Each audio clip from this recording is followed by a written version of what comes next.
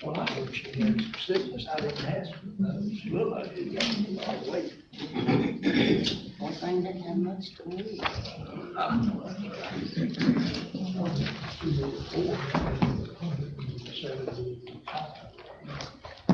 Found it. Yeah, that's what Nikki said. She said, I found it.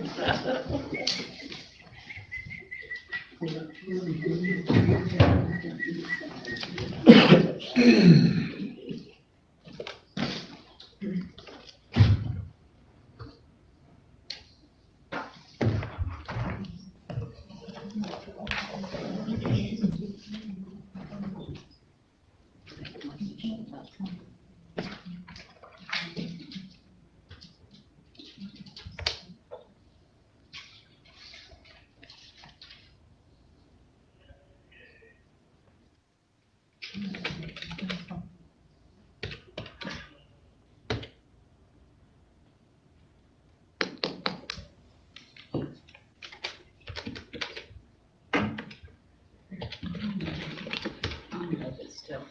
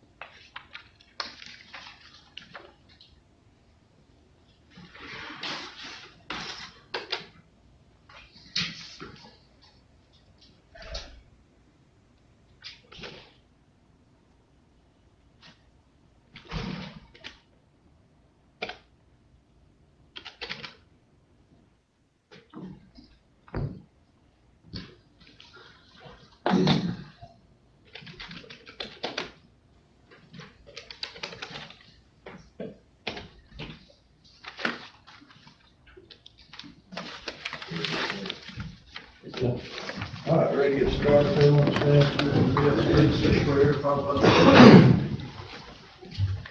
Father, we thank you, Brother, just being able to rise from our sleeping couch. We thank you for your goodness and your mercy again. Father, we come now to try to work out the county business. We thank you. Bless your name, being in a country where we can discuss. Father, we come right now with open hearts, open minds to hear the truth. Nothing but we thank you. Father, we realize we don't take none of this personal, but it's about the business of this county and this country. We thank you for what you've done thus far, where you brought us from, where you carried us to. We thank you. Help us now as we go from one good degree to another. These blessings and all other blessings we ask in Jesus' name. Amen. Pledge allegiance to the flag of the United States of America and to the republic for which it stands, one nation, under God, indivisible, with liberty and justice for all. Everyone to our third budget workshop, Thursday, July 24, 2025 at 9 a.m. We have a conference line set up. The number there is 1917-900-1022. access code 32347 #. This is not a toll-free number, and you may be subject to long-distance charges according to your long-distance plan. When the chairperson opens the meeting for public comment, please follow the below instructions. If you wish to speak, please dial *5. The moderator will unmute your line when it's your turn to speak and notify you by announcing the last 4 digits of your telephone number. Please announce your name and address. You will be allowed to speak for 3 minutes. Any person wishing to address the board regarding an agenda item will be given 3 minutes for comment. The commenter may only speak 1 time for each agenda item. With that said, we'll move on to item 3, the board to continue the whole budget workshop to discuss all aspects of fiscal year 2025, 2026 budget priorities. So, Danielle prepared couple little sheets on the general fund and MST fund, if you want to start there, just kind of summarizing what we talked about to this point. Just a reminder that Tuesday at 5:30, we'll be setting the final, not the final, but the tentative millage rate. So once you set that, you will not be able to go higher than that. You can only you can adopt that or a lower rate.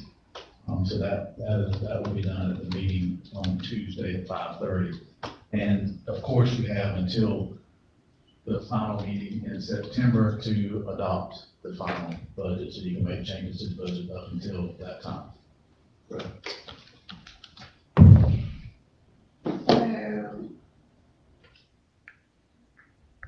So, just an overview for the general fund, that we've discussed throughout this time is a reminder, the health department reduced an additional 10,000.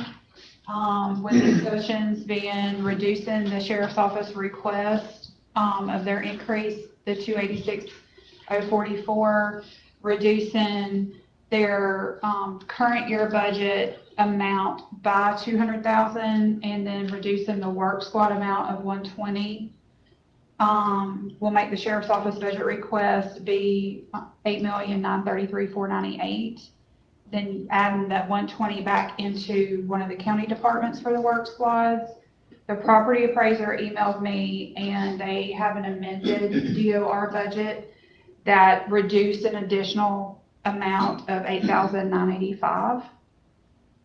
So when we started the expenditures at the beginning of the budget time, it was 24,901,186. And so taking out the 10,000, the 286,044, the 200,000, the 120, and then I just showed that you add the 120 back in because you have to account for it somewhere.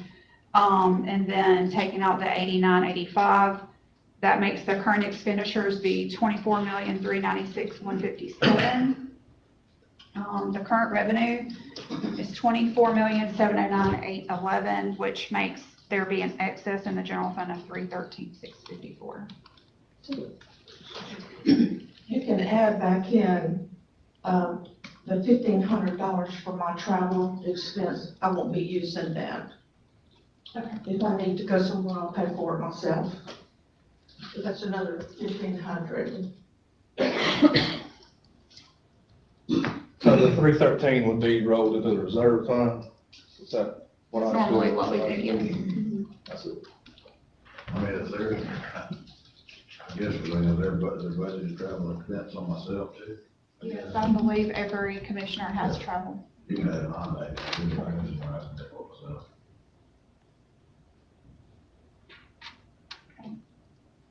I guess all you do, I don't use it.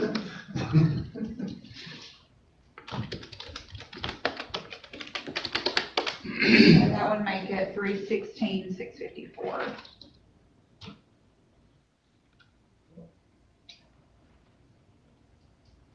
And then for the MSTU, Wanda and I have talked this week, and she will be reallocating 50% of one of the code enforcement salaries to the boat ramps. He does all his time on the boat ramp stuff, picking up the deposits, the citations and stuff like that.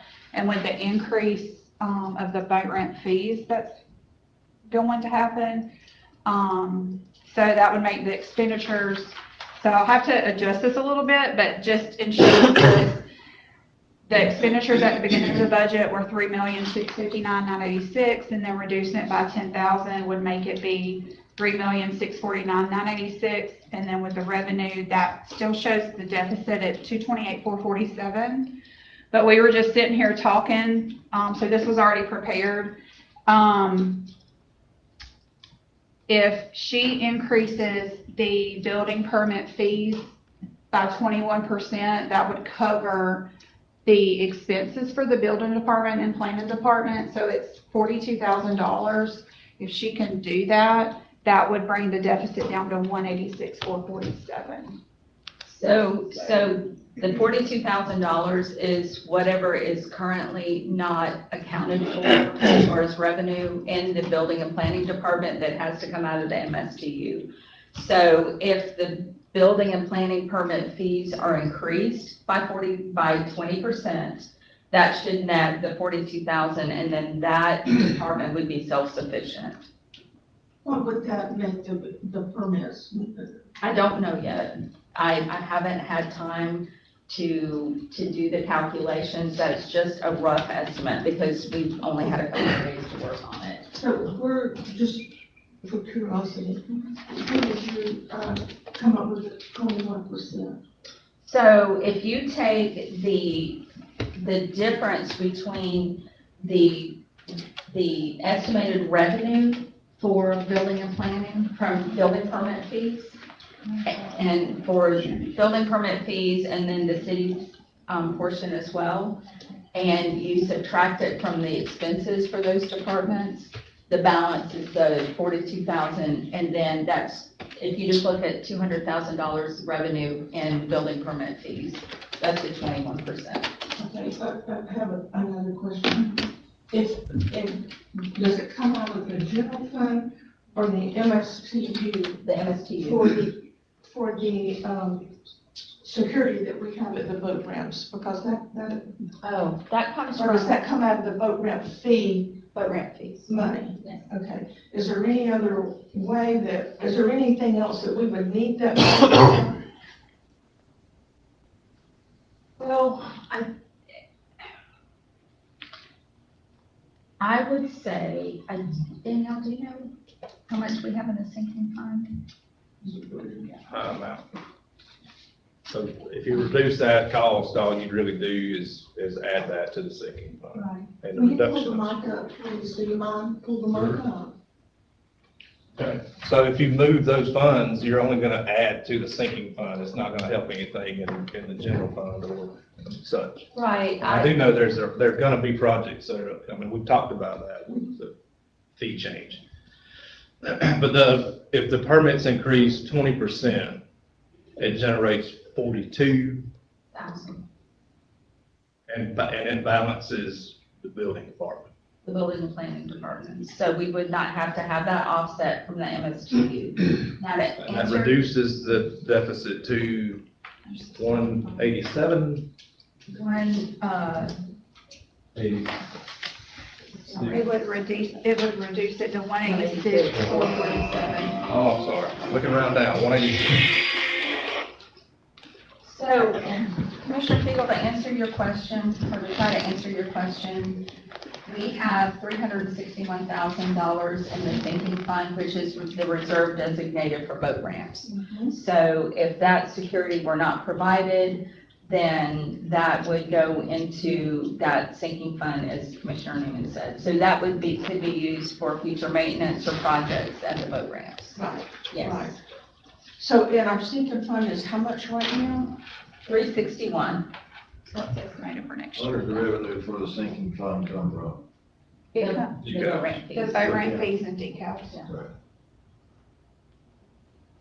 And those funds are gonna obviously be changing with the different rates from our permit variation. Are there any other places that we can draw from to, reduce this 186,447? The only other potential, and I just have no idea what it could be, is if we reduce, property insurance or, premiums, which, as we know, that's out for proposal now. I just don't know that I would anticipate that to be a big, honestly. We may save some money, but I just have no idea what that could be. But I don't think it's going to be that much in the MSTU. I don't think that would shock me. Okay, so if we were to cut back on the days that the roll-offs were open, that would reduce this amount right here, no? You got a solid waste assessment for that. That's all in a separate fund. So, there would be a cost savings, if we reduce, but it would only be in, your labor costs, your personal services, for the hours that the sites would be closed. The tipping fees would be the same, everything else would be the same. It's not going to, obviously, it's not gonna slow down the amount of garbage that goes to the roll-off sites, but it would be a decrease in our personal services. Well, and there, how much is that? I think the last time I looked, if we closed every site for 1 day a week, just a rough estimate, I believe it was over $50,000. So if you closed it 2 days a week, that would be 100. I'll go back and do the math. I think I can do a rough estimate real quick. But Have this budget. want to go back and, yeah, it won't help this budget at all, No. this MSTU, but, so bear in mind when you do start cutting, I'm not really against it, but I just want to warn when you do go to cutting some of those hours back probably to those employees, you may find that they look at it as not worth it for them to come out there just for the amount of hours that you may offer. Just, For some employees, I could see that. I think it would, but I think, in other ways, it would help when we're short-staffed. It can go one way or the other very quickly, just depending on our pool of attendance. And we've had some issues with shortages. I know that, especially in my district. Well, I think that the citizens, if you closed it 2 days a week, and make sure that you had it open on the key days, just like the gentleman said the other night, in Steve Hampshire. You don't, certainly wouldn't want, in Keaton Beach, you wouldn't want to close those on the weekend. That's what it's, especially right now, more used, but, I just think that would be a cost savings to us all around. And I think that's what we're trying to do, is cut our costs. I think we'd be better served to focus on solid waste outside of the budget session, because we can change those hours. It's not gonna impact the MSTU, it's not gonna impact the general fund, and I think for the sake of this meeting, we would be better served to look into these, funds. So in my view, as I understand it, our solid waste fund is not facing any deficits. Not currently, not unless, we're not So through the we've got fiscal year the yet. money to continue to go forward since we did the work to level the fees and I we're believe able so, to even deal if we with capital range- purchases as Right. well as everything inside that fund. So as of today, I'm not aware of any looming catastrophes. And we purchased a new roll-off truck with the 1 cent funding. We'll So be that- purchasing 2 this year. The additional, yes. Yes, also. I think we have about $230,000 in reserves currently, which isn't a huge amount, but That's sufficient. it's helpful. And, I certainly feel like we have plenty to get through the fiscal year, and then next year, if we fund at the same level, then what is not expended we could continue to try to shore up our reserves. Or maybe not be dependent on the 1 cent sales tax if we ever wanted to get away from that. We can bring this topic back to any particular workshop and still work through these issues and not affect Say that again? I think we got it on our August Say that workshop again. to discuss. I think you could focus on the solid waste department after our budget session and still seek ways of efficiencies and allow ourselves to look into the budget issues at hand today. It's just that I think that my responsibility is to page by page, and I've done that, to look for any ways that we can cut spending. I think that's what this is all about. I'm certainly okay with waiting until we do have that workshop where we talk about solid waste, but again, my responsibility to the citizens of this county is to cut spending.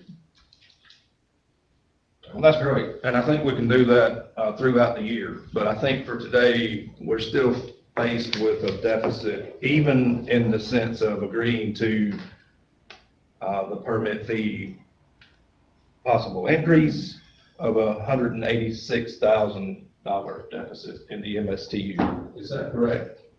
Yeah, I think it was, so, in the last meeting, we did discuss bringing back the potential permit increases, so if we do increase, we do still have that $186,000 deficit. I thought we had looked and everyone nodded heads that that would be balanced with the 1 cent. Right. Well, the majority nodded heads that we were balancing that with the 1 cent money due to the minimal options, so to speak, to cut any cost in that funding. And we need to go ahead and talk about the 1 cent. You know, are we gonna take it back like we previously discussed? That's where I lean to is taking the 1% back. And if we have to change the ordinance or whatever we have to do. Yeah, And now I think if the hospital, say for instance, has got something that's critical, not a want, I would like to have, but a critical need, then certainly we could look at that. yeah, I think we had pretty well nodded, we nodded across the board that that's what we would do, so I mean, the biggest change here is, the property appraiser did come in with additional savings.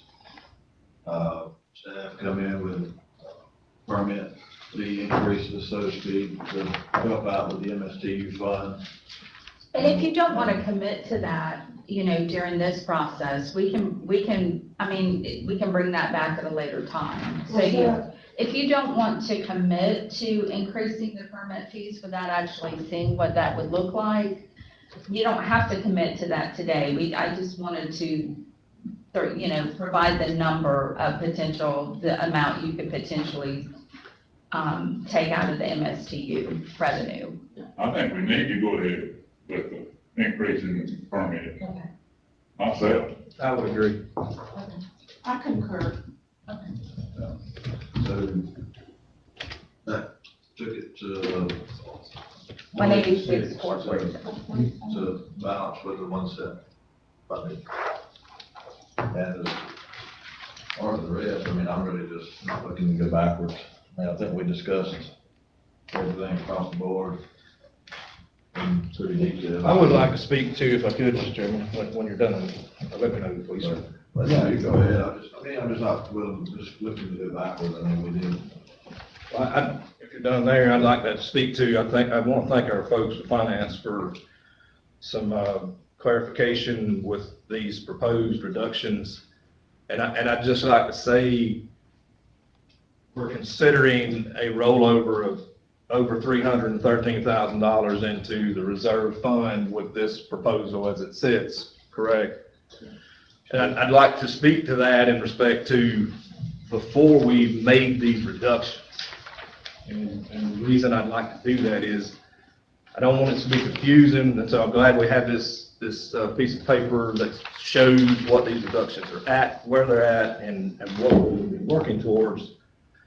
But I'd also like to ask this question, before we made this proposal, or before the majority made this proposal, I believe our deficit at the general fund was $81,000 or so dollars, somewhere in that ballpark. So let's just say the deficit there was less than $90,000.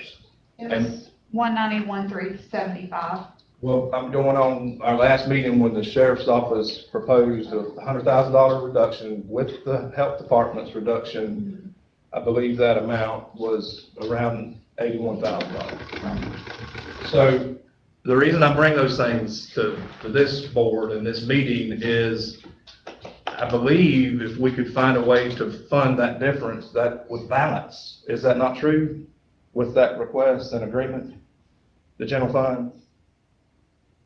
In other words, there's only an $81,000 shortage with What? to fund the general fund, as we discussed. Not speaking to this $313,000 into the reserves. No, we don't. So you're saying if you take the original deficit of $191,000. Yes, ma'am. You back out the $10,000 reduction from the Department of Health Mhm. and the $100,000 reduction from the sheriff's office original request, that would bring us to a deficit of $81,000 something dollars. Yes, ma'am. Right. I mean, that's where I understood that. So I'm just trying to make for sure I understand that if we were able to secure $81,000, then we could fund those requests without creating all these changes in the work squads and all these other potentials. And the reason I bring that to this board is that also could be paid through three different ways, through the reserves, through the 1 cent funding, or through the millage consideration. Right? But, so if this board agreed to pay $81,000 out of the 1 cent money, that would balance that proposed budget.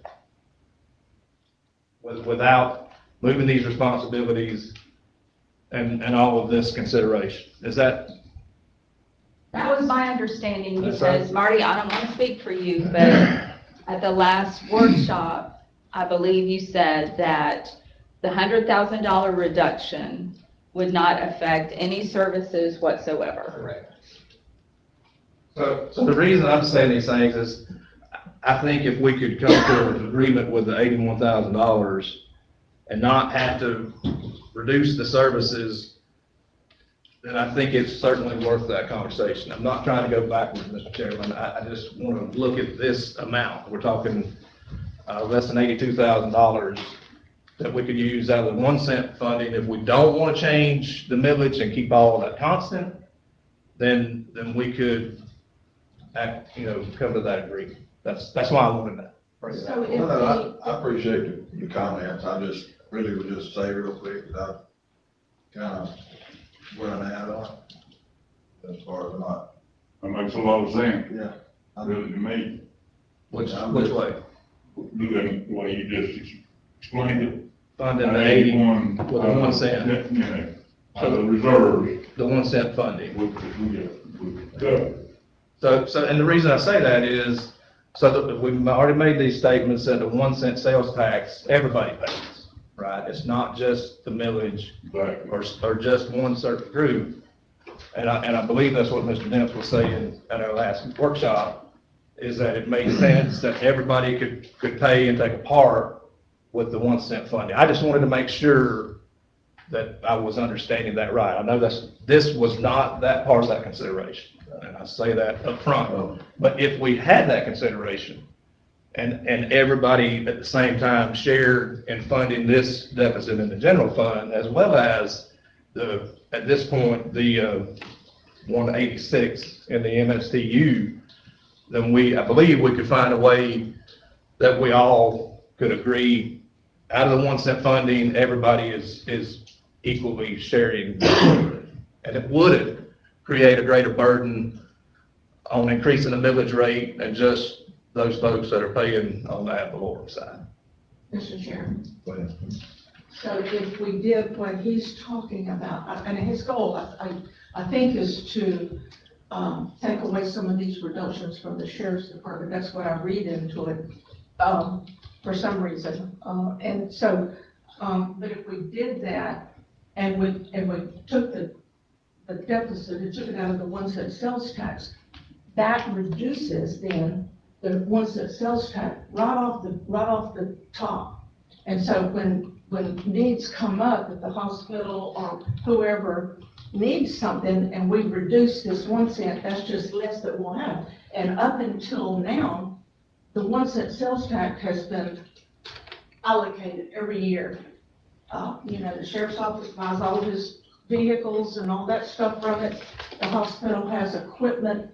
And so to go ahead and take off the top of the 1 cent sales tax to me would not be the best way to move forward.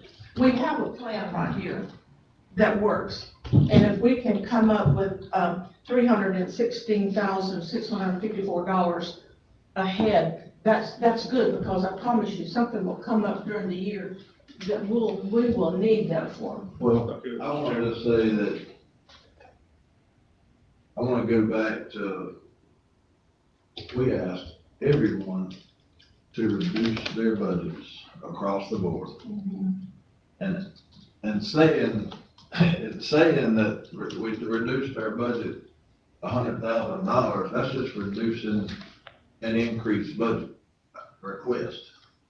That's not reducing the overall budget at all.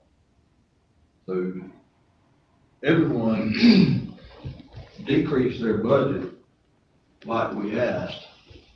And, I just can't see, going backwards on, changing what we did. And not to mention the $316,000, we still got some other areas that money's likely gonna get spent, could get spent. That's right. Because we have some insurance proposals out there that's still not completed, that's coming in, that some of that $316,000, that's not really a real number Yeah, at this point. right. So, for me, I'm not picking on anyone, but I just think we asked across the board for everyone to cut. And most of these budgets were, $1 million or less, and so most of these budgets, and they came in at anywhere from $80,000 to over $100,000 decreases. So I don't think it's asking a whole lot for a $200,000 reduction. I mean, it's a shame that we had to do it on our own, just go pick a number out of a hat, but I don't think it's a whole lot. I don't think it's too much to ask for a $200,000 reduction out of a $9.2 million budget. I concur with you, and as I went back over the last couple of days, if you average the reductions that these people work very hard to make in their budgets, the average of the 5 constitutional officers was about 7.5% reduction. And I think that everybody should share in this pain that we're going through. Why would one department be exempt? And they stated from the very first day that they were here, not going to cut our budget. So that tells me that I don't know how hard they worked on cutting the budget, but their statement was, we're not cutting our budget. Take the jail, emergency management, and this mowing right here. I mean, that's punishment. To give the mowing contract back to us, it doesn't save the citizens of this county any money. I see it as punishment because of what we've been through. But that's okay, we can live with that, and we can gladly take this back. We can take the jail, we can take emergency management, and I am prepared to do that. I talked with our administrator, and she's very capable and very willing to take these on if that's where we end up. If somebody doesn't want a department, give it to us, that's fine. Mr. Chairman, if I could, I'd just like to say, my goal is to balance this budget with a minimization of the effects of having to cut or reduce services. And when we see It's not this slide because that's the MSTU, but the previous projections, there's no way that we're not going to have a reduction in services. So my goal, as it was alluded to earlier, is to find a way to be effective and efficient with all of our funding and minimize the consequences of that, being the fewest reduction of services and impacts that it has on our residents. And my focus on that is I continue to have conversations with folks that tell me, don't cut my services, don't cut my safety, don't put me in a place of greater peril or greater need. And so that's the effort that I'm taking up here, I thought, throughout this whole budget process. But certainly that's why I want to bring that to the board's attention in respect to we're within basically, in this general fund consideration, $82,000 to balance.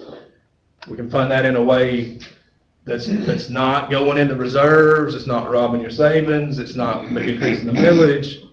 It's $82,000 out of the 1 cent funding that everybody pays, that this board has spoke about, that it seemed the fairest.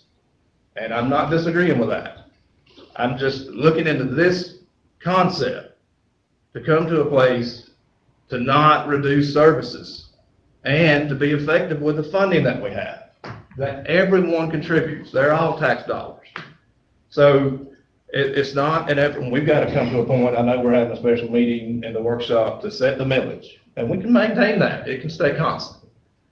And then we can agree to being able to fund these deficits with the 1 cent funding, to not increase the millage, and to balance our budget without these services being cut or reduced or moved to places. And you know, that's basically my focus, is if we can come to that agreement to fund these revenues and not have to cut services. And that's because that's what I continue to be told, that our folks continue to want these services. That's the same way my constituents have brought it to me. They don't want services cut. They do not want services cut, you know. And they understand we're in a bind, but they don't want services cut. Now, that's 9 out of 10 of them, that's the way I talk to them. I talk to a lot of people in my district. Well, I continue, even through this week, to talk with folks and explain where we're at and what's being proposed. And also explain where moving these different services, you know, are gonna have different effects. And to clearly try to communicate that to the public. And again, we come back to that same statement, don't reduce my services. So it's not to try to go off on a wild venture. It's really to sincerely take to heart what our residents are saying. Mr. Chairman. I think that the statement that nobody wants their services cut, I think that's a true statement. Okay? Because if somebody's used to something, of course they don't want any of that taken away. That's just like, you know, at home, if you have the money and you can spend it on things that you would like, you don't necessarily have to have, but things that you would like, then you don't want to give that up because you're used to that. But we're in different times now. And I do want to say this. You know, we have people to come here on Tuesday night scared. Somehow or another, it's been relayed to them that we may not have a deputy in Steve Hatchett. Now, where did that come from? Where did that come from? All the people that are calling me and saying, oh my God, we don't want, if we call for a deputy, we want someone to come. So they've been led to believe that the only way that the sheriff's department can operate is to cut deputies back. And, you know, I went through this book, and there's been several citizens in town that I have shared my book with, and I consider these business people to be pretty smart. And they've gone through this, and they have plenty of questions about the sheriff's office, a lot of rumors out there, and I don't know if it's true or not. But, you know, Marty, do y'all pay your chaplain or is he volunteer? The chaplain is volunteer, however, he is a counselor that's paid for by a grant. 100%. His So why did chaplain, I can't hear you? his chaplain services are free to both the city and the county deputies and city police officers. However, through a mental health grant, he is paid a salary to do counseling with inmates and other individuals. How much does he get paid? I think the grant is fully grant funded. I don't know. And the salary set by the grant, I don't know it off the top of You my don't know head. how much he's paid, the director, finance director? We asked him for something right off the top of his head, Ms. Beagle, and no, I mean, we didn't bring that with us. Well, that was one of the several. But again, things. that has nothing to do with the budget. It's 100% grant funded through the mental health agency that does all this. Has nothing to do with how much we asked for an increase in a budget or didn't ask. That grant funded stuff is not included. Just, that was one of the questions that was brought to me by citizens. The other thing, I have several here about that. However, I want to point out this. I think that mental health is a very, very important thing right now, especially with our deputies, especially with any emergency service worker. So if you're insinuating that we shouldn't have mental health counseling or we shouldn't have a counselor on staff, even though it's grant funded, I don't know why you're laughing. It's a serious matter. I don't know where you came up with that from, because I never said anything about, I didn't even insinuate. Well, you're asking I didn't even if we're paying the insinuate that guy. mental health wasn't important. You brought that up, and that's why I laughed, because I never insinuated. It's always a challenge that. to. But that's okay. And I don't have a problem. I don't have a problem. If you don't like the questions that I ask, I'm sorry. These are citizens. No, I don't. These are citizens' questions right here, strictly from the citizens that have a lot of questions about your department. Another one that came up. You have, from what I'm told, you have a drug task force employee that also serves as your IT director. Is that true? There is a company, and he doesn't own the company, his son owns the company, and yes, they do the IT. Commissioner, I had surgery yesterday, I'm not gonna sit here and yell so that you can hear, okay? His son owns the company, yes, and he does, that company does provide the IT services for the sheriff. So you have an employee that owns a company. No, ma'am, that's not what I said, his son owns the company. Okay, because the question was, if you had an employee that was hired as a deputy, and then you used his company, how does he get paid for this, IT stuff? I don't pay him directly, I pay the company Say 911. again? I pay the company 911 computers directly each month. They have their own company and their own ACH. I don't pay that employee, I pay the company. So this IT And director that gets company- paid out of your budget, right? Yes. Yes, ma'am. Okay, and he also serves as a deputy, right? No. Okay, got it. Okay, let's see. The CERT program, it's my understanding, or this came from some of the citizens, that the sheriff's office gets money for every hour volunteers work with the CERT program. Is that right? No, No, ma'am. ma'am. So you don't get anything from the state or anything for these volunteers that work? No, ma'am, not for the volunteers. We are in the middle of a grant cycle right now where there are 3 employees at the emergency management office that are paid 100% by a grant from the state. That ends, unless they extended it, it ends on the 31st of this month. Again, had nothing to do with budget. It was being able to hire some folks to help with after storm work and things like that, and some surveys to help us at emergency management. That was Just the understand displaced the- worker grant. I'm sorry? The displaced worker grant? Yes, I Yeah, believe that that's what ends, it's called. that ends next Friday, I believe. And just understand that these are some of the questions that's coming to me as a commissioner of people that want to have answers. Okay, Marty, I'm not trying So to. send them to our I'm office. not We'll trying be to argue happy. with you. I'm just asking you questions, and I was hoping that you wouldn't be offended, because this is just questions that need to be answered because the citizens And want if to they know. ask you a question and you can't answer it, I have not had a single one of these citizens come to the office. All you have to do is refer them to our office. We'll be more than happy to show them and answer their questions. Why can't I ask the question? You can, but you're saying it's the citizens. So if the citizens have that question, why not have them come and find out? Well, and also, Commissioner Fiegel, we would be happy to answer them if you want to send them to our office, but I mean, right here on the spot with nothing in front of us, some of them might be complicated to answer unless I know what off the top of my head. Okay, for contractual services of $550,000 in your budget. You've got law enforcement for $262,257. What is that for? What is that specific amount for? Because I mean, again, to be honest, kind of like, as I was saying, I don't have it in front of me, but I mean, I do know some of it's IT services. I know there's radio contracting, like licensing you have to pay for every year. And again, I don't want to continue commenting, especially on the record, without it in front of me. can you come back with specifics of what that's for? Absolutely happy to.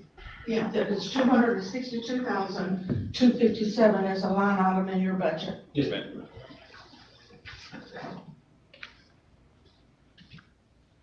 Okay, your incentive pay is state funded, right? For incentive, There is a state pay, but there is also incentive pay that's determined by FDLE depending on the person's training or degree of education. And that is actually not funded by the state. That is funded by but it's mandated by law that you fund it. Yes, ma'am. okay. And so what that is, and I'll just give you an example, if you have an associate's degree, you get an extra $60 a month. If you have a bachelor's degree, you get an extra $120 a month. If you have career development courses, such as you go and you take radar classes, you take crime scene investigation, you take all these other additional instructor courses or anything like that, the state attaches an amount to that career development course that you have to pay the deputy. I get an incentive pay. I think mine's not maxed out. It maxes out at $20, I think. 120, I think, is what it maxes out at. I think I get like $40 or $50 a month for the classes I took. But they are mandated and they audit it every year to ensure we're paying all the officers. And again, I'm not picking on y'all. No, I'm just answering. This is just citizens' concerns, and there's a lot of other concerns, and I'm not even gonna go into that because, you know, that, there's no value to that right now. And I wanna say that I appreciate what our law enforcement does. I appreciate those deputies that go out there and put their life at risk and do what they do. And I will have to say that every time that I have needed a deputy, they've responded. So I don't have anything against our deputies. I want our deputies to have everything that they can get. It's the same as our firefighters. It's the same thing with them. They put their life on the risk. They sacrifice a lot. So I'm not in no way, shape, form, or fashion that I want to cut any deputies out. But we all know that in budgets, that there's places to cut. And we saw that from our other 4 constitutional officers. They found it because they wanted to help out. So anyway, I think that we should stay with where we are. That's right here with the $316,654. I think that's a good plan. Take the ones that sales tax back. We need it more than anybody else right now, I promise you. I just want to point out again that we are the only department besides the fire department, and we run 3 separate divisions, 24 hours a day, 7 days a week. There's unscheduled overtime, there's all kinds of things that go into a budget, and I understand, it's a big budget. It is the biggest budget you have. We understand that. Not arguing that. But doing what Commissioner Newman said, you fund it at the level, then nothing gets disrupted. And we've been told that those are threats, these are this, they're not threats. It's not a threat to you, it's a reality. If you cut that much, then we have to cut where it's not as critical. A deputy on the road is certainly more critical than me having a work squad person. I don't know how else to explain it. Me having a dispatcher to dispatch these folks is more important than having a work squad. And that's just the reality of things. We're gonna fund the work squad anyway, I mean, it's gotta be funded, because we gotta do it, so. I I'm mean, sorry? I said, we're gonna fund the work, we gotta fund the work squad anyway, so I mean, the work squad part, they're just gonna shift over to the public works side, and that's how we're gonna get funded, so. I mean, for me, really, talking about a $9.2 million budget, we simply ask for a decrease. It's really not my job to go find the money. It's really not, I really shouldn't have to go in and just pick a number out of a hat to go to Yeah, find a you- reduction in this budget. But yet you did. You Well, were yeah. short $81,000, but you chose to cut the budget Let me $200,000. remind you, you walked out of the meeting the other day and said you were done with it and told us to do what y'all wanna do and you'll do what you need to do. So we did what you asked, really.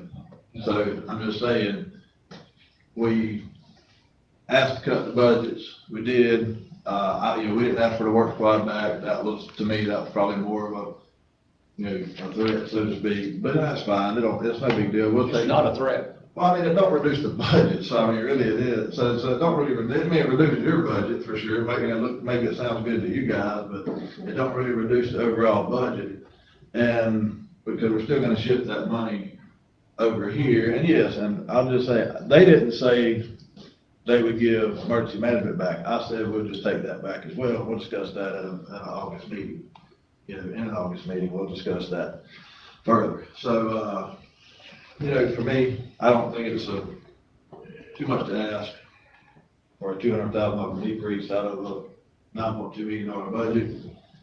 So, I concur with the plan that we have in place, that I would say that that's what we should move forward with, because, I mean, yes, the look is we have an excess of over $300,000 in the general fund, but we still have some proposals from insurance to come in that's likely going to increase. We still got the EMS bids out that's likely going to increase. So that money is very likely going to get allocated as well before it's over with. So anyway, I just say that I concur to stay with the plan that we have in place. Come on, sir. Thank you. Ms. Danielle, could you tell me what is the balance in the reserves for the general fund? Come on, Commander, we can walk you down at the same time. So the balance that I'm estimating for 2026 is 12,024,000. And that's only an increase of 117,000 over the current year. So if this proposal went forward, that would be 12,300,000 in the reserves. Am I understanding that right? Yes, that would be an estimate until I recalculate after everything, yes. So, Mr. Chairman, I believe in the other expenses that may come up out of that 12 million, that we probably could look to that for funding if it were necessary. I just think, and I'm sorry, Commander, you're standing, and I'll try to cut that short, but I feel like we can come to a point, and that's understanding, that the proposal is not to take the funding from our general fund reserves. The proposal is to take the funding from the 1 cent funding. And so everybody shares those costs equally, it being the sales tax funded. So just wanted to make that statement. Sorry for holding you up, sir. Thank you. I'm Shelley Jefferson, and I'm also I'm resident of Steinhatchee. I'm also, as I said before, most of you know me, I'm also the commander for the American Legion in District 3 in the state of Florida. I concur with you first, Mike, in what you're pushing. And what we're trying to do, I'm up here simply for right now. I was always taught in my life, you address one thing at a time. My important thing to address is the sheriff's department. And I know how a lot of people in here feel about it right now. And sometimes this in here becomes a little bit hostile with our commissioners and statements that's made from time to time that I feel like some of them are not necessarily true.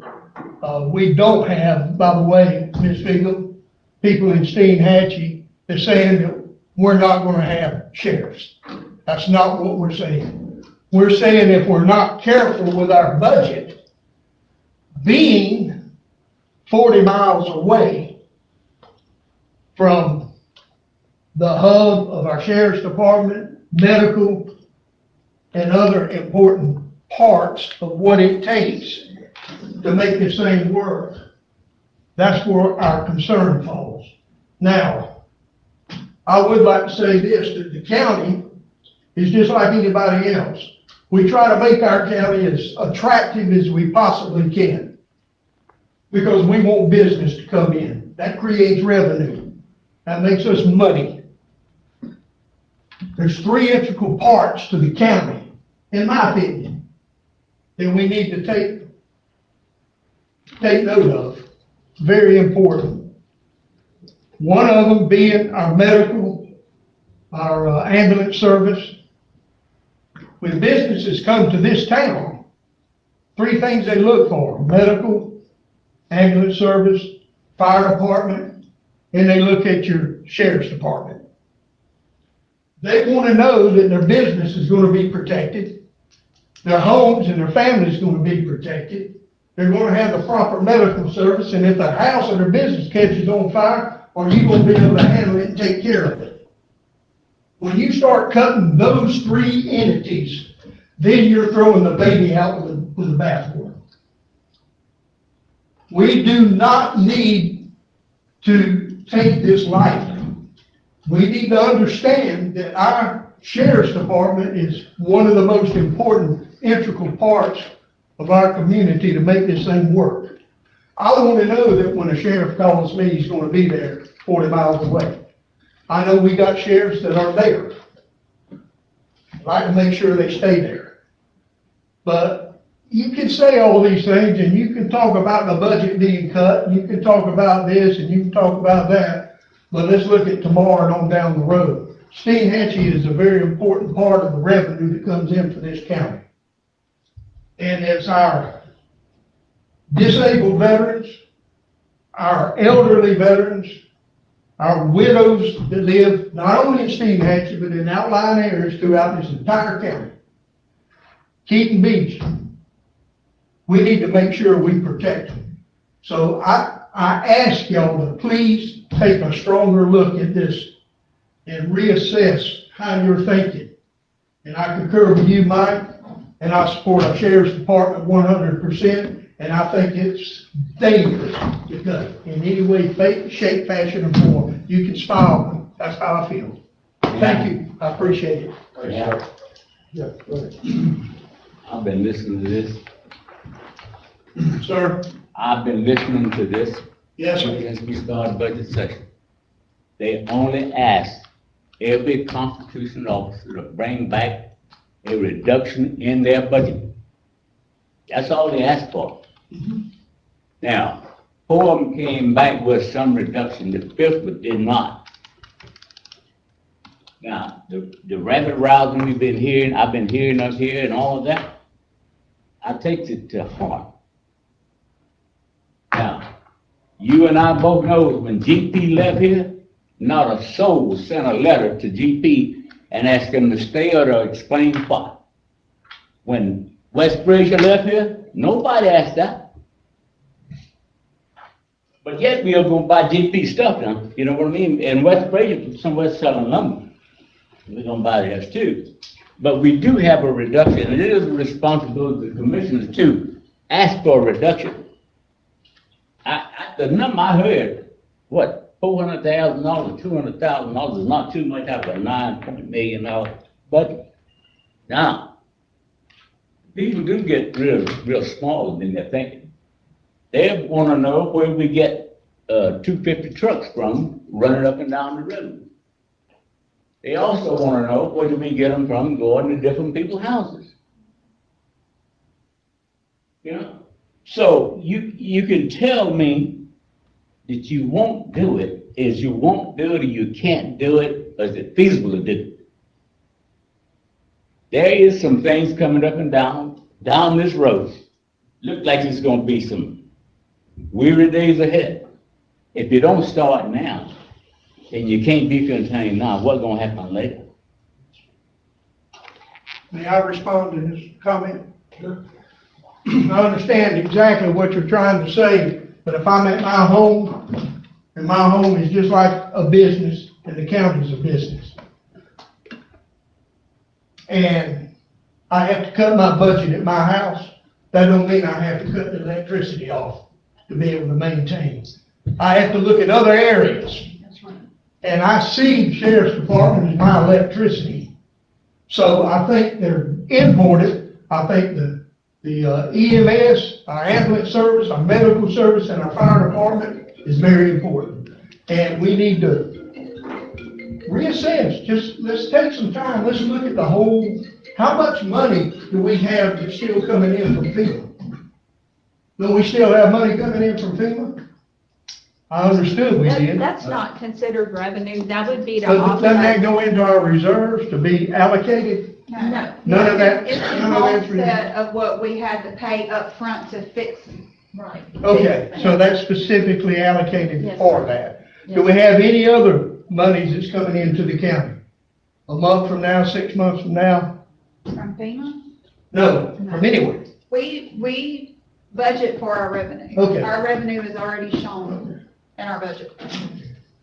I 100% though, sir, respect exactly what you're saying, and I see it. I know this county's been through a lot. We've lost a lot. But we're also a people that will come back. We've done it in Steinhatchee too many times already, and we'll continue to do it, and so will the citizens of this county all over. I believe that, because we have the ability to come together, right, wrong, or indifferent, make it happen. But let's just think about this thing a little more. That's why I haven't said much. I've been observing, Yes, sir. and I've been here a long time. Yes, sir. I've heard a lot, and I observed a lot.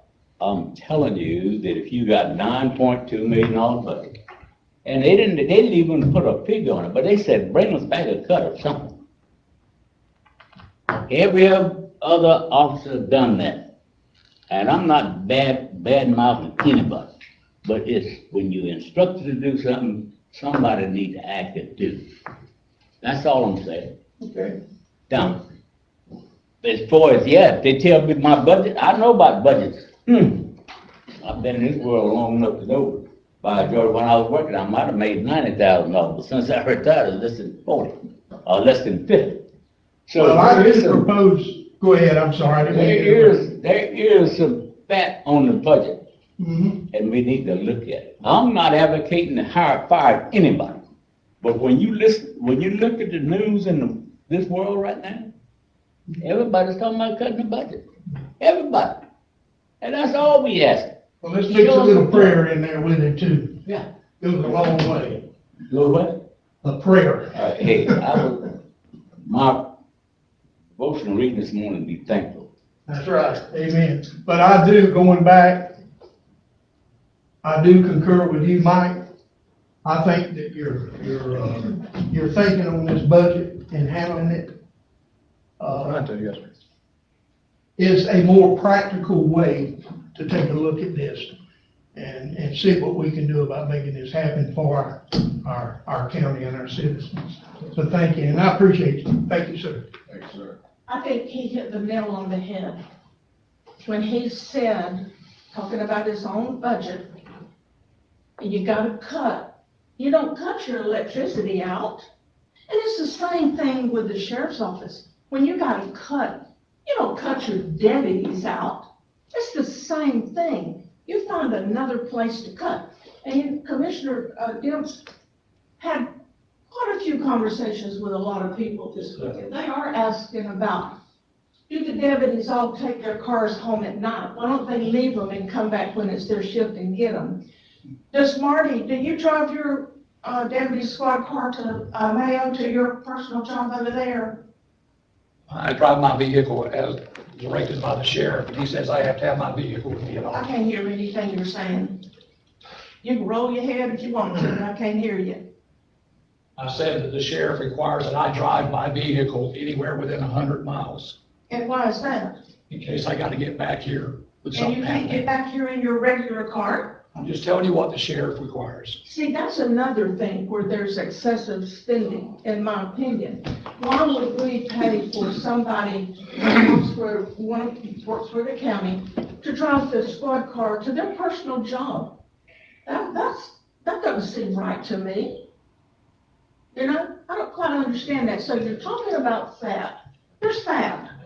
But yet, they want to come and say, only thing we can do is cut deputies. Then you get these people that get really afraid, and I don't blame them. I would be afraid too if I thought I lived in 45 miles away and I was not going to have law enforcement. But you see, that works sometimes. It scares people, and it works. But we know better. What happens if he leaves Mayo and he's got to go to Steinhatchee instead of coming up here? Is he supposed to drive all the way up here and get his, sheriff's car and then drive all the way back to Steinhatchee? That doesn't make sense either, does it? He's on the off, why would it matter? I'm a 24-hour-a-day employee. I have to respond, it doesn't matter what time. So, and by the way, I buy the gas for the vehicle for that, so it's not being charged to the citizens of this Really? county. Yes, ma'am. And you buy the tires and the oil and all that? And all the miles that you put on it, so next year y'all have to have another 20 or 30 new cars? Just asking. This is citizens' questions here. So, go ahead, sir. In that vein, where's the sheriff, deputies get their gas? They gas up at the county pump, or they buy it on the economy? So it depends on where they are. Sometimes if they're not on the south end and they need gas, they're instructed to get it at the county yard. However, if they're on the south end and they're running short of gas, then yes, they buy it on the WEX card, which is a state credit card that they use for their gas. Seems to me they'd save money gassing up at the county pump. Well, that would be great, Mike, except for the fact that if you got a call down in Steinhatchee and you're out of gas, you can't come to the flipping county yard to get it, to respond to the call. Well, you can take that attitude with me all you want to, Mr. Tompkins. I just asked the question. I don't appreciate the sarcasm. Well, I'm explaining what the situation is. They don't have time to come to the county yard. We don't have a county You can yard. explain it without being aggravating. So we, yeah, we have I think we pretty well concluded this worksheet in front of us. I think we pretty well understand what we're doing. I think, you know,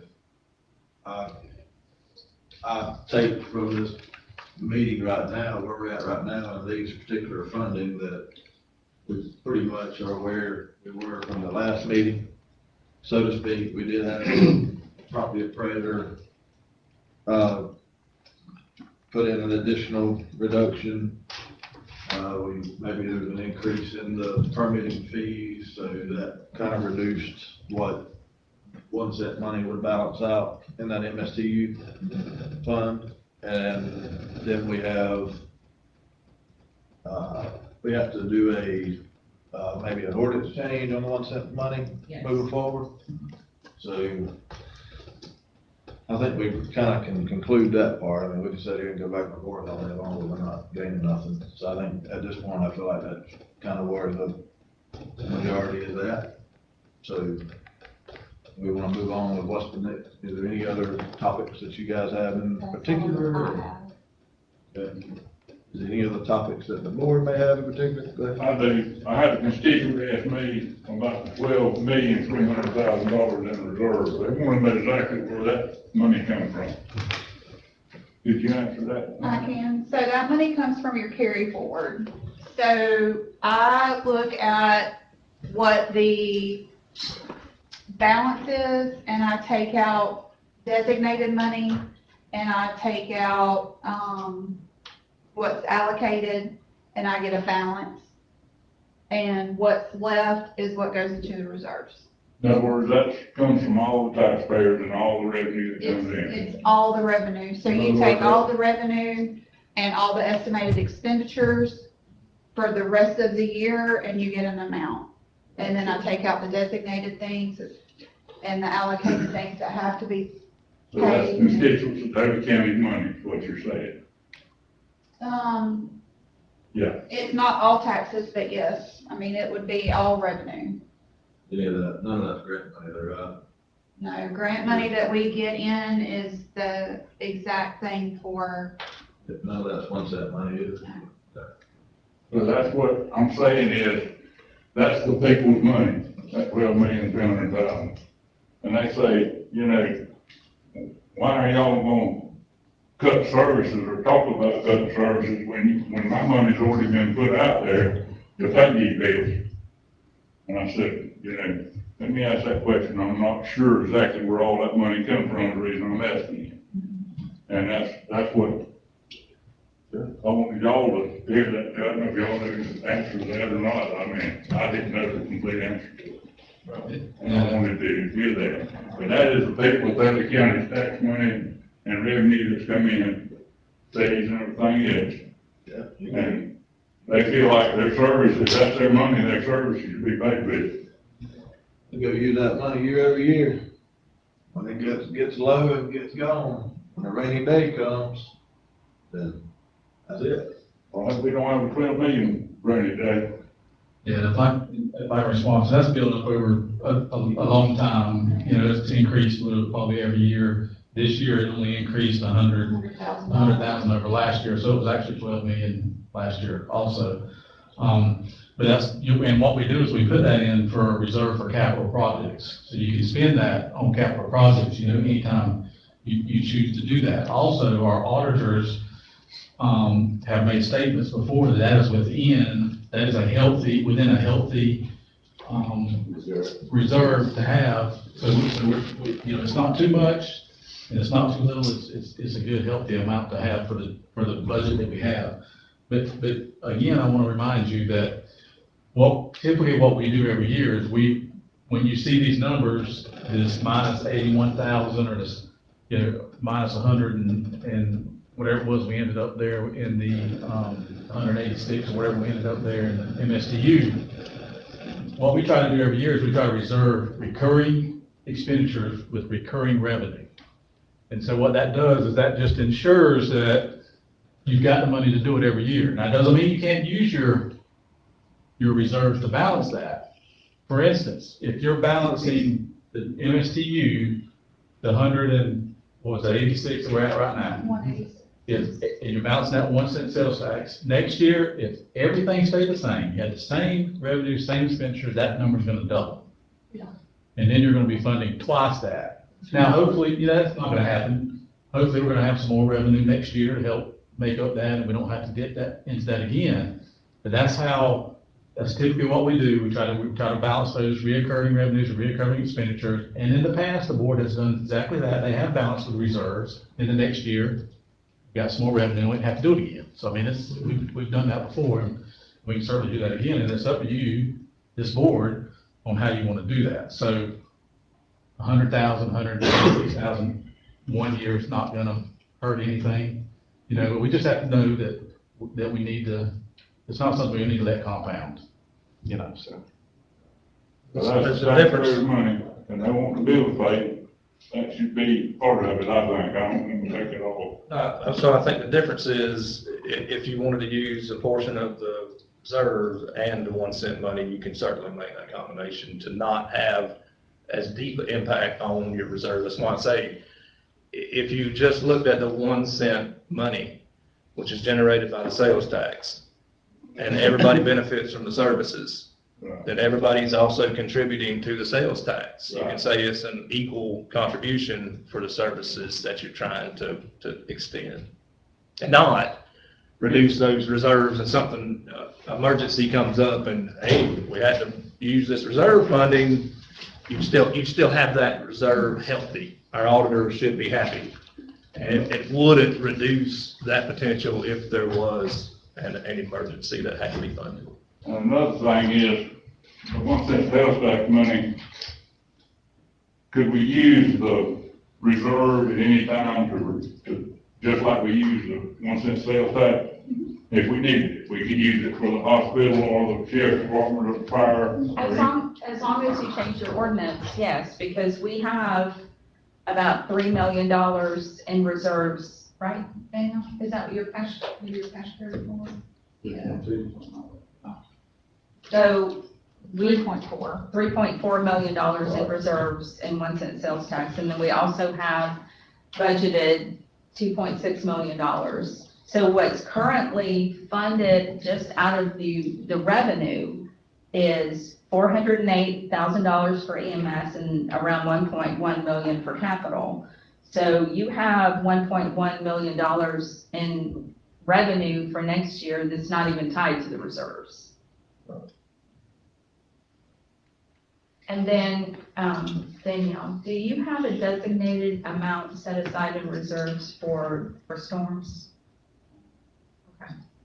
Do you recall how much we utilized for Adelia? Was it about $1 million? It was over $1 million for Adelia. And Helene was probably more because so far. I don't know that we've expended a lot for Helene. We have a lot encumbered. Okay. So we haven't actually spent a lot for Helene. Did we get $1 million from Ron DeSantis when he come down to Steen Hatching?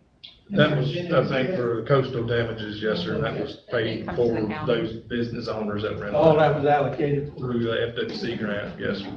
And we have been very, very fortunate in that the state has funded the majority of our debris removal and our cleanup, almost all of it.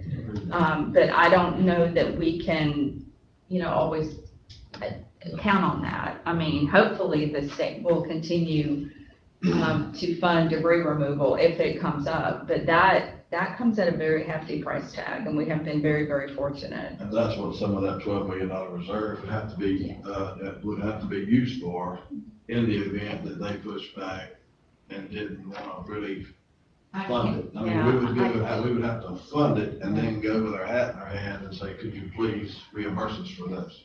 Well, And they're very, And you have to provide GPS for every pickup. You have to provide before and after pictures, and they go through every single one.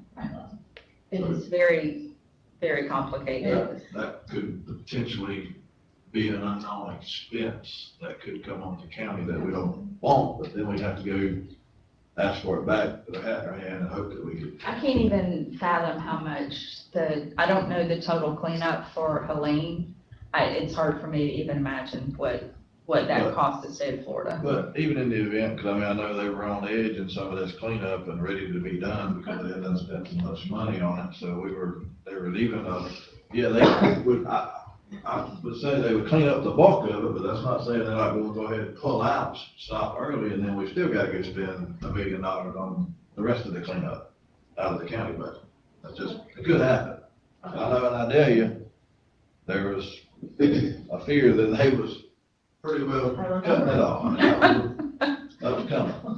I recall, but we work very closely with FDOT and FDEM and to try to make sure that, everything that they could remove, that they did. They were they were wonderful partners. But I guess what I'm saying is I can't predict what the state will fund or won't fund. We were very fortunate with Helene. Yeah, sure, but couldn't you also say, we can't, I depend on meteorologists to tell us about hurricanes and disasters. Sometimes those happen, and they have in the last few years. Sometimes they don't. But what we know is a certainty of what we're trying to fund in this budget. And those are the things that I'm trying to come to. The things that we see that we can fund. The reductions that have been forthcoming, and we're grateful for those. So certainly there could be more disasters. I pray that there are not. I was just speaking I'm just saying, in respect to all the assistance that we've gotten from our state and federal partners, I'm exponentially grateful. Yeah. So that's what I'm trying to look at here, understanding the funds that we see. And certainly it does take years for those to accumulate, and I respect that. I think that's responsible. But I also understand this consideration with the reductions that we've had in our real properties, as well as these mill closures. This is a situation that isn't normal, so that we have to look at different ways, creative ways, to try to come up with this funding so that we don't see this reduction of services. And that's my goal. Sorry, Mr. Clerk. Please. Yeah, I don't have anything else other than, I think we got a good plan in place. I mean, moving forward, I don't really have anything else. Keep going back and action. I think we got a pretty good plan in place right now. I don't have to put anyone out of business, so I think, we took some reductions and, hey, I'm good with where we are. Yeah, I would like to say too, let's not lose sight of the $900,000 extra that we got this year, and there's no, we don't know if that's gonna be recurring or not, and thank God we got that this year. But if you watched the news yesterday and read the paper, the governor has a new CFO, and he has took a strong stance with DOGE, and he says that every city, every county needs to cut their budgets. And examples were Gainesville and I think Broward County, where they're sending people in to look specifically at their budgets where there's superfluous spending, and they're going to be made to do what's right. And with Gainesville, they, Gainesville's budget has increased so much and their population has decreased. And so they're looking hard at those cities and counties that have not really tried to cut their budgets. I thought that was pretty impressive, his presentation yesterday. And I could certainly relate back to us. Oh, yeah. But hey, if I could, I'd just say, I have spoken with the folks with the government efficiencies. And in those municipalities, I don't believe they're fiscally constrained, and I don't believe that they're over 30% grant funded. So we're not the same, and I respect all the governor's decisions to be as effective and efficient as possible. But I don't think that we're working with the same budgets as Alachua County or Gainesville or Broward County. So, again, I hope we can come to a place to see this funding come to pass and, not see these type reductions in our services.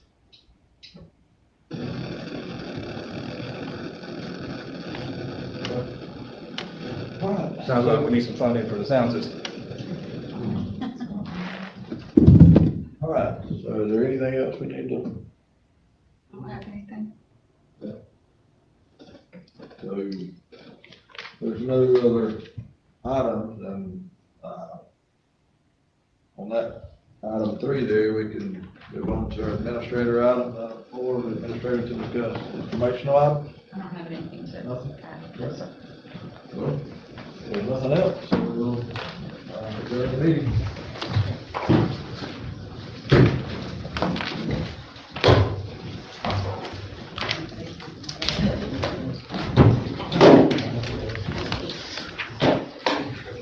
It might be this one over here, I just turned it off. Yeah, I'm not sure. Let me turn it back on, and see if it doesn't. Okay, hang on.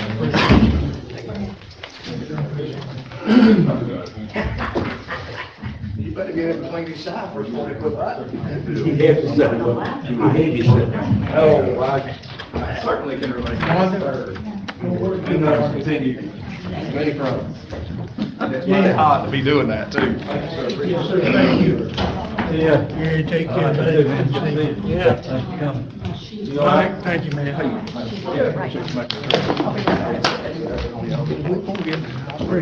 Well, don't look. Tell me, ladies. Drawn in court system.